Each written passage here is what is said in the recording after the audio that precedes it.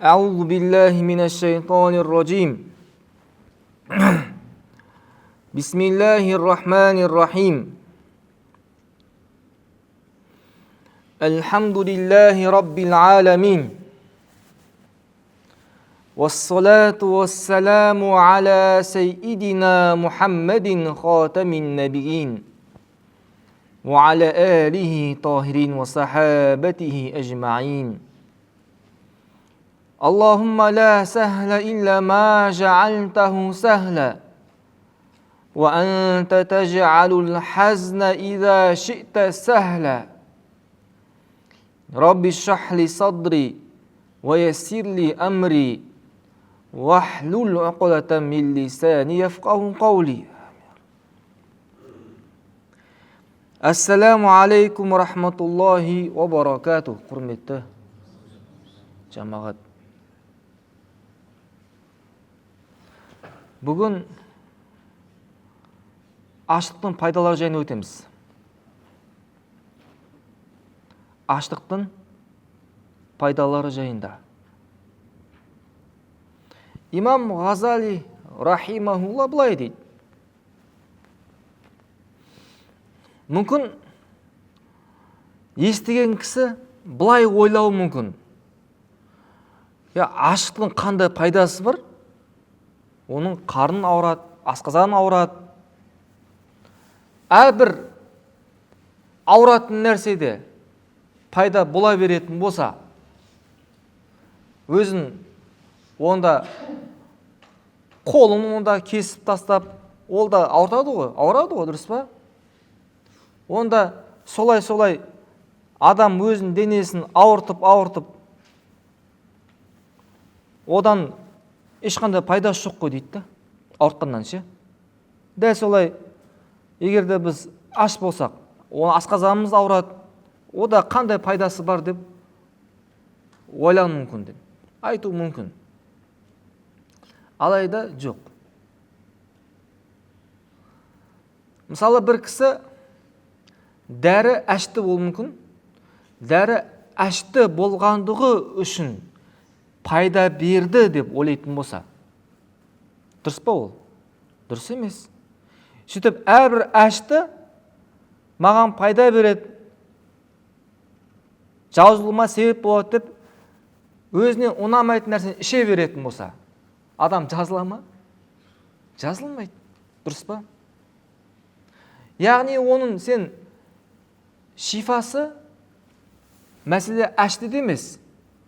Оның Алланың жаратуымен, Алланың қалауымен, оның құрамында пайдалы нәрселер бар. Дұрыс па? Оны білікті дәрігерлер біледі дейді. Түсіндіңіз ба? Дәл солай айтады Имам Ғазали. Аштықтың пайдасы бар. Біз секілді қарапайым халық білмейді оны. Алайда Алла субханаху ва тағала оның көкірек көзін ашқан ғалымдар Имам Ғазали рахимахулла сияқты ше, аштықтың 10 пайдасын бізге айтып береді дейді. Өзі білетін, 10 пайдасын бізге айтып түсіндіреді. Бірінші пайдасы, аштықтың пайдасы дейді, жүректің тазаруы дейді. Бірінші пайдасы. Және қабілетті күшейтуге себеп болады дейді. Біз айттық қой, жүректің тазаруына себеп болады. Өйткені тоқтық, әрдайым тоқ болып жүру, жүректі соқыр етеді. Сарандыққа алып барады. Ойлау қабілетін баяулатады. Абу Сулейман Аль-Барони осыған қатысты былай айтады. Аш болып жүруге үйрен дейді. Аш болып жүруге үйрен. Нәпсіні бойынсындырады дейді. Жүректі жұмсартады. Ілімге жетуге себеп болады дейді. Пайғамбарымыз саллаллаху алейхи уассалам бір хабарларда былай дейді: ахию кулубакум би қиллатил дохик. Жүректерді аз күлу арқылы және қиллатил шиба, және аз тамақтану арқылы тірілтіңдер дейді. Жүрек әрдайым, қарын әрдайым тоқ болатын болса, жүрек өліп қалады. Жүрек қараяды. Сол үшін кейде не? Адам аш болып жүру керек. Одан кейін айтады: «Уаттахируха бил жуъ» дейді. Расында аштықпен жүректі тазартыңдар дейді. Солай етсеңдер, жүректің таза әрі жұмсақ болады дейді. Жүрек не? Әрі таза, әрі жұмсақ болады дейді. Ибн Аббас радиаллаху анхума былай дейді: кімде-кім қарны тойып ұйықтаса, жүрек қатаяды дейді. Жүрек қатаяды. Әрбір нәрсенің зекеті бар. Мынау дененің зекеті аштық дейді. Ғалымдарымыз былай айтады.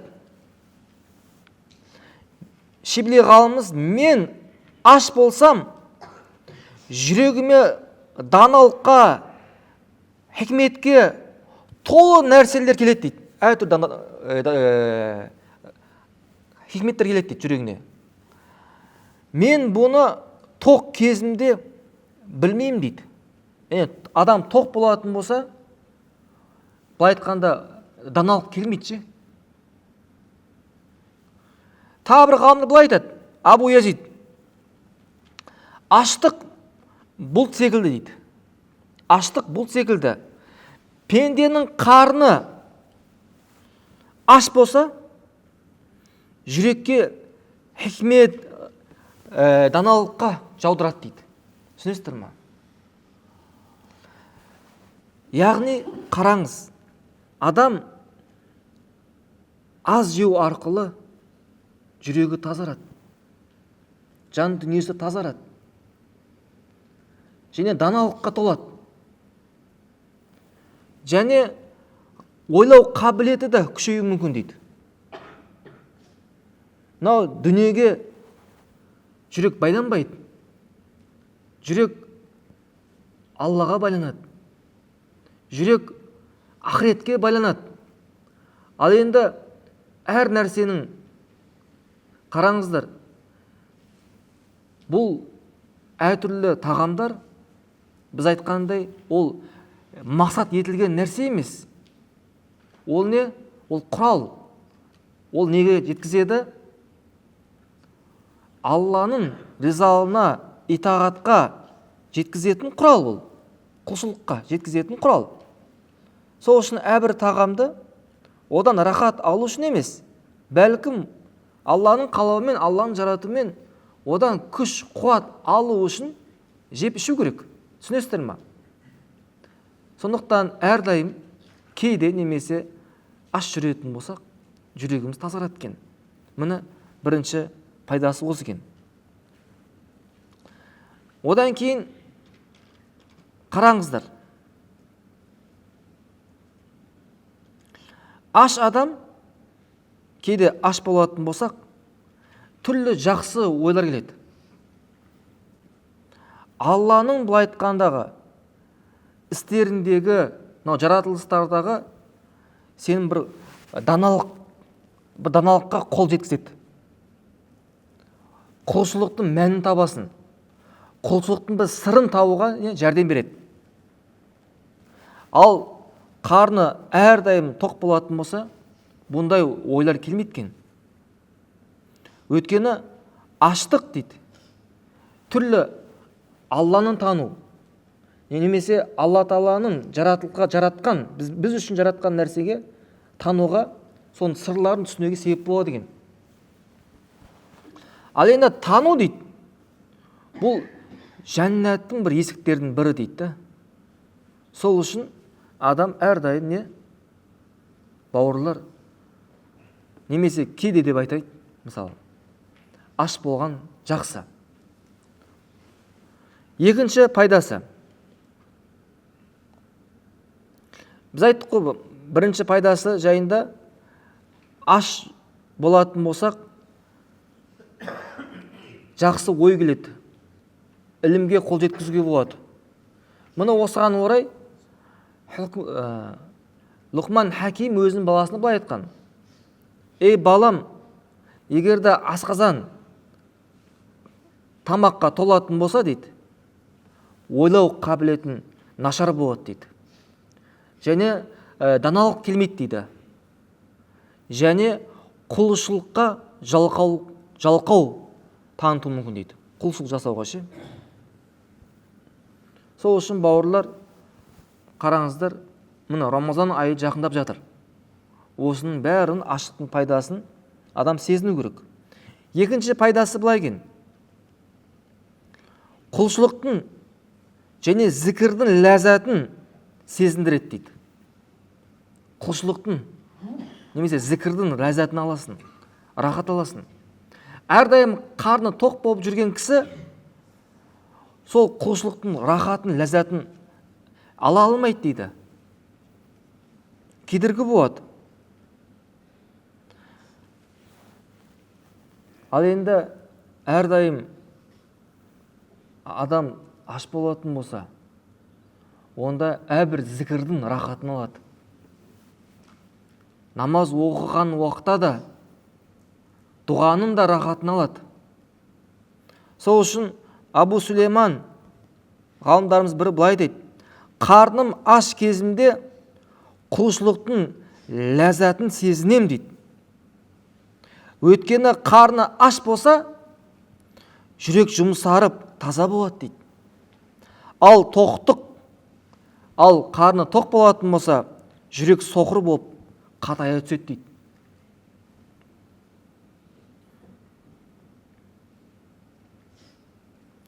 Қараңыздар, адам шынында аш болсаңыз, оқылған Құран да басқаша болады, байқайсыздар ма? Алланы еске алатын болсақ, зікірдің рахатын ала бастайсыз.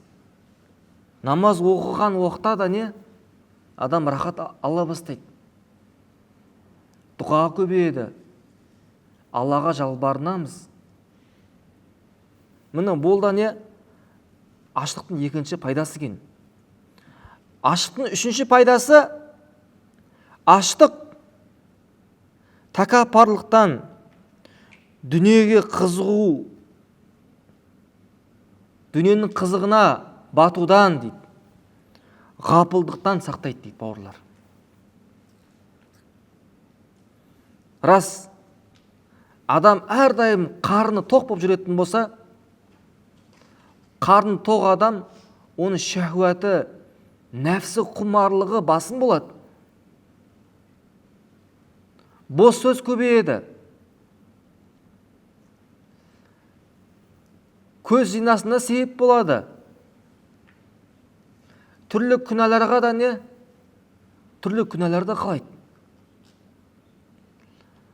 Ал енді адам аш болған уақытта өзін әлсіздігін біліп, Аллаға жалбарынады. Имам Ғазали рахималла айтады: егерде адам өзін төмен, әлсіз екенін білетін болса, онда Алла Тағаланың құдіретін сезінеді, дейді бауырлар. Ал егерде адам әрдайым тоқ болатын болса, өзін әлсіз екенін ұмытады, дейді. Ал өзін әлсіз екенін ұмытса, Алла Тағаланың құдіретін көре алмайды, дейді. Бұл ең бақытсыз адам, дейді. Түсінесіздер ме?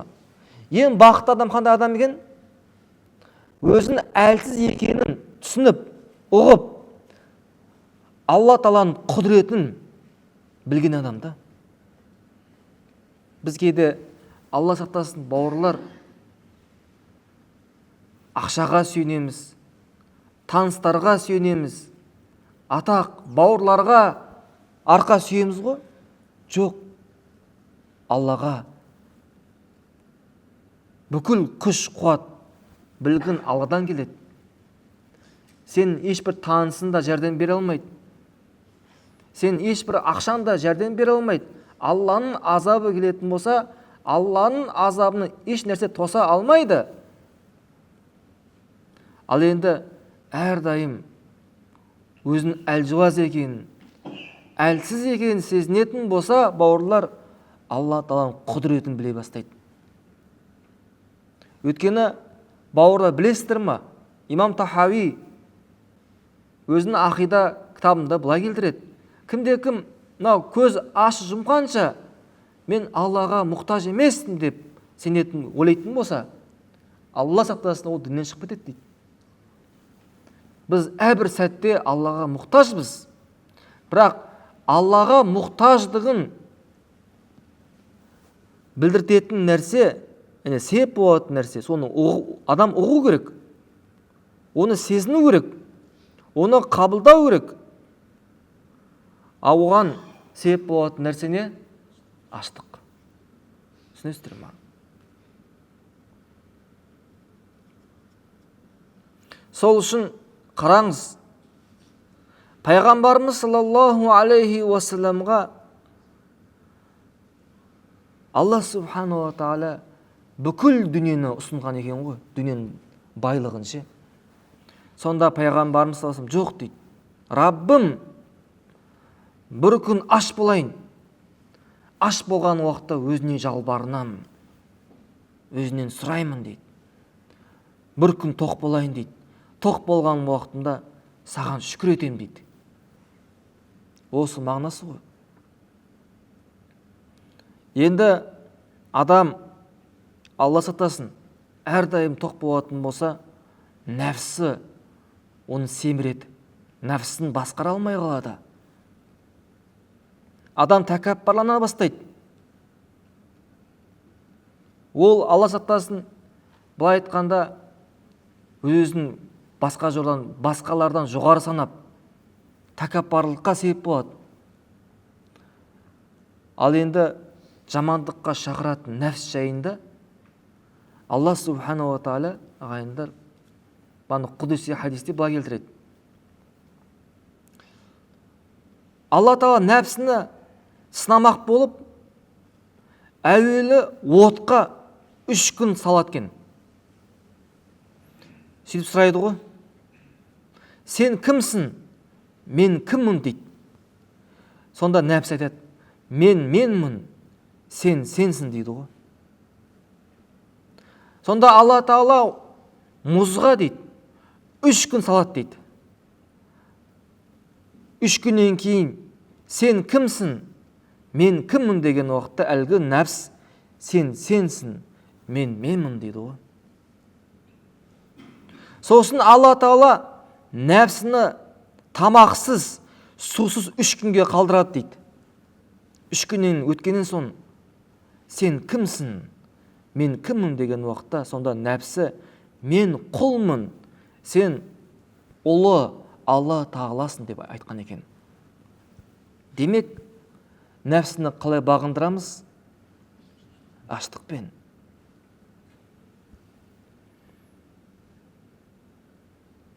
Сол үшін бауырлар, бүкіл жамандықтың көзі дейді. Және тозаққа алып баратын нәрсе ол асқазан мен әурет шахуаты дейді. Түсінесіздер ме? Ал асқазан мен әурет шахуатына себеп болатын нәрсе түп негізгі ол тоқтық дейді. Ал өзін төмен санау, өзінің әлжуаз екенін біліп, осы нәрсе дейді, жәннатқа алып баратын есіктердің бірі дейді. Ал бұның түп негізгі дейді, негізі несі? Ол аштық дейді. Аштық. Көрдіңіздер ме? Адам аш жүріп үйрену керек, бауырлар. Ода пайда бар. Ол жерде не? Даналық бар. Аллаға жалбарынады. Кейінгі 4-ші пайдасы былай екен. Алла Тағаланың ақыреттегі азабын ұмыттырмай деген ғой.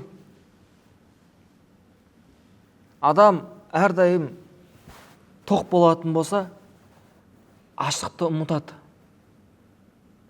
Және білесіздер, ертең қиямет күні тозақ иелері аш болған уақытта Аллаға жалбарынады ғой. Су бер дейді. Анау бер деген уақытта судың орнына не береді білесіздер ма? Судың орнына сондай бір ыстық нәрсе береткен. Бүкіл ішкен уақытта аузы, шек, қарны опарып түседі. Тамақ сұраған уақытта заққұм ағашын береді, ірің береді. Одан олар тоймайды, одан олар қиналады. Түсінесіздер ме?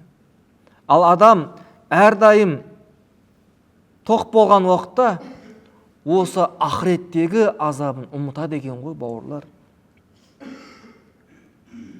Үлкен ғұламалар Хасан Басри радиаллаху анху секілді, қараңызшы, өте қатты шөлдейді ғой. Шөлдеген уақытта су сұрайды ғой, су бар ма деген уақытта. Суды алып іше берген уақытта есінен талып құлайды ғой. Есінен талып құлайды. Бұның себебін сұраған уақытта мен Алла Тағаланың аятын еске түсірдім дейді. Ертең қиямет күні мына тозақ иелері Алладан су сұрайды дейді. Оларға судың орнына ыстық бір сусын беріледі. Оларға су берілмейді. Мен солардың жағдайын ойлап, мен де тозақ иелерінен болып қалам ба деп уайымдап есінен талған екен, бауырлар. Сол үшін зерек адам дейді. Пайғамбарымыз айтады: "Әл-кайису ман дана нафсаху", шын ақылды кісі әрдайым өз-өзіне есеп беріп, "Ва амила лима ба'дал маут", өлімнен кейінгі нәрсеге дайындалған дейді. Яғни ақылды кісі ақыреттегі тозақтағы аяттардан ғибрат алып, солардан сақтанып аш жүретін болса, еске түсіреді дейді, бауырлар. Мен бұл дүниенің аштығына шыдай алмаймын. Енді ақыреттегі аштықтан қалай сабыр етемін деп ше, әрдайым адам өзіне есеп береткен. Сол үшін, бауырлар, расында бұл аштықтың пайдасы ақыреттегі азабын ұмыттырмай деген.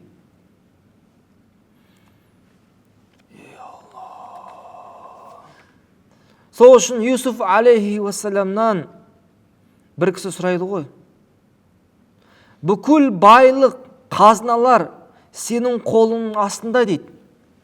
"Неге сіз аш жүресіз?" дейді ғой. Сол да былай жауап береді: "Егер мен тоқ жүрсем, аш жалаңаш адамдардың жағдайын ұмытып кетем" дейді. Ұмытып кетем бе деп қорқам дейді сол нәрседен. Сол үшін аш жүрген екен, бауырлар.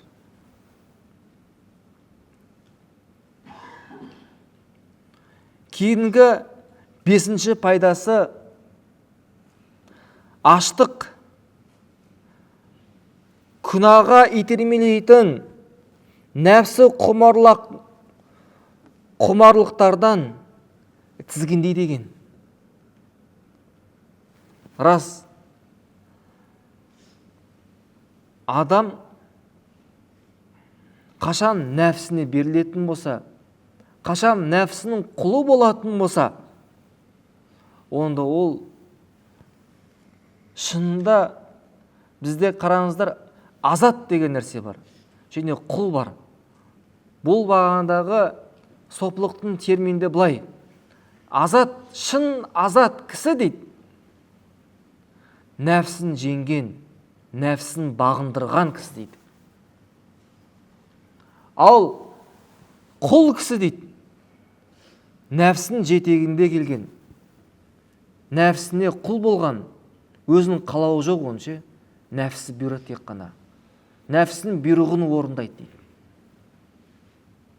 Ал енді адам аш болатын болса, күнәға итермелейтін нәпсі нәпсінің қалауынан дейді. Нәпсі әті жамандыққа шақыратын нәпсі бір ғой, соны тізгіндейді дейді. Тізгініне алады.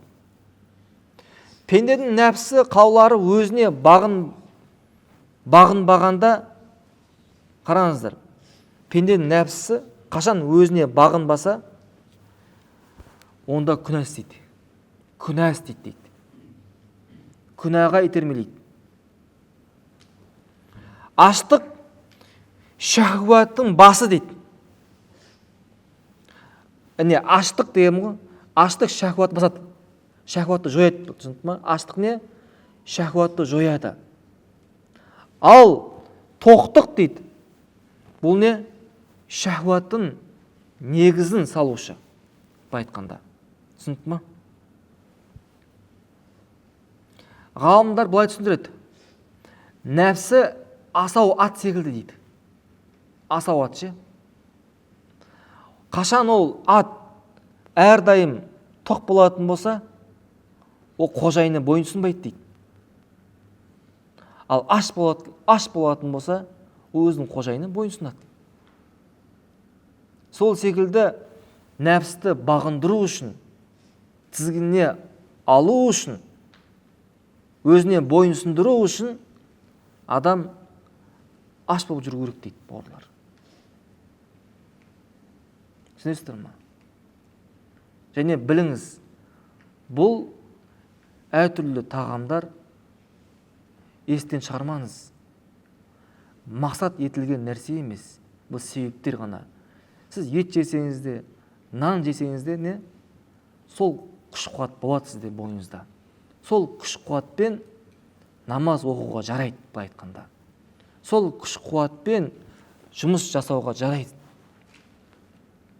Біз өкінішке орай, құрметті бауырлар, одан рахат алу үшін жейміз ғой негізінде ше. Біздің мақсатымыз өте төмен болған. Біздің мақсатымыз асқазанның, былай айтқа, асқазан шахуаттан ары қарай кетпейді.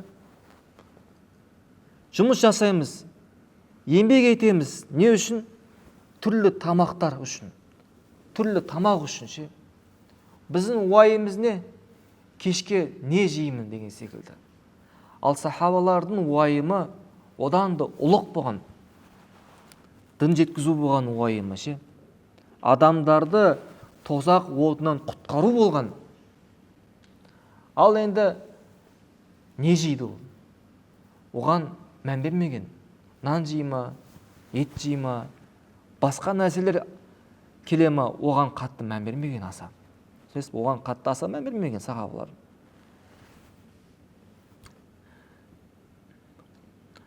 Сол үшін ғалымдар былай айтады.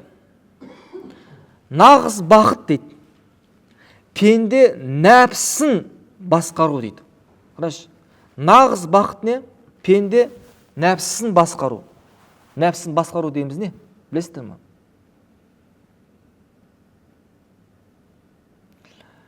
Біліңіз, нәпсі күнәға шақырады. Нәпсі жамандыққа шақырады. Егер десе, біз нәпсіге көнсек, нәпсі әртүрлі күнәға шақырады. Көз зинасына шақырады. Дүниені жинауға шақырады. Мансапқа шақырады. Рияға шақырады. Жағымпаздыққа шақырады. Мақтануға шақырады. Түрлі күнә істеуге шақырады. Зинаға шақырады. Осыған біз берілетін болсақ, онда біліңіз, сіз нәпсінің қалауын, нәпсінің бұйрығын Алланың бұйрығынан артық көрдің. Көрдіңіздер ма? Сол үшін пайғамбарымыз саллаллаху алейхи ва саллям айтты: "Таиса абду ва динар ол қатифал хамиса дейді. Алтын күмістің киім кешектің қолдары қандай бақытсыз болды дейді. Нағыз бақыт не? Пенде нәпсін басқару дейді. Ал нәпсінің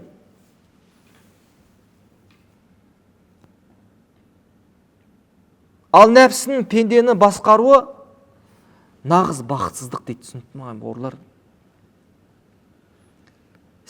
Былай айтқанда, нәпсі сені басқарушы, ол нағыз бақытсыздық. Біреулері бар, бауырлар. Мен ол нәрсені қаламаймын дейді ше. Ол қаламаймын деген сөз, нәпсі қаламайды деген сөз да. Ол түсінбейді бұл нәрсені ше, білмейді. Нәпсі деген жамандыққа шақыратын нәрсе бар. Және шайтанның уәсуасы бар. Мен бұны жасауда қала алмаймын деген сөз не? Нәпсінің құлымын деген сөз. Бауырым, мынау темекін таста, мынау жаман әдеттен айырыл десен, Алладан қорқ десен, мен бұны тастай алмаймын дейді. Менде ондай күш құдірет жоқ деп айтатындар бар. Білесіздер ма? Немесе мен бұл нәрсені қаламаймын дейді. Бұның барлығы не? Нәпсінің қалауына берілген белгісі. Нәпсінің қалауын былай айтқанда Алланың бұйрығынан не? Артық қойғандар.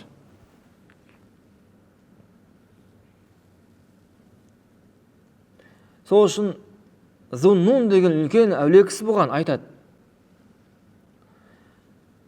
Қашан мен тойып жейтін болсам дейді, нәпсін бір күнәға шақырады дейді.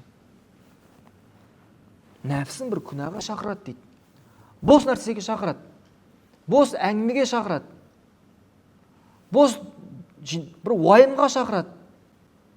Бос нәрсеге шақырады. Күнәға шақырады, бауырлар. Сол үшін ашықта айындар ең үлкен пайдалардың бірі не? Нәпсіні басқарып үйренесің. Нәпсіні тізгіндейсің. Ертең Рамазан айы келе жатыр ғой. Сол уақытта байқайсыздар. Дұрыс па, бауырлар? Мысалы не? Бос сөз сөйлемейсің. Біреуді ғайбаттамайсың. Біреудің кемшілігін іздемейсің. Әр адам өзінің былай айтқандағы жағдайымен әлек болады да.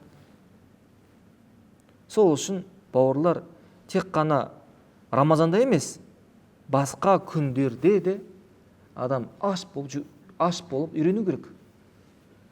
Ода пайдасы бар. Ол жерде сауап бар. Бірақ мен айтпаймын, әлгі асқазанға ауырып, яза болып, одан кейін не? Емделіп деген ол мақсатта емес. Адам өзі біледі ғой өзін. Адам қарны тоқ болатын болса, бауырлар, көптеген күнәға себеп болады. Білесіздер ме? Қарны тоқтық. Түрлі күнәларға себеп болады. Зинаға себеп болады. Дүние құмарлыққа себеп болады. Сол үшін мына пайдалар бар екен. Енді біз тағы да 6-шы, 7-ші, 8-ші пайдалар бар, 9-шы, 10-ға дейін ғой енді. Біз оны келесі сабаққа қалдырсақ, иншалла. Бола ма? Субханакаллахум бихамдика ашһаду ан ла илаха иллаллах, настағфирука ва натубу илейк. Алла разы болсын.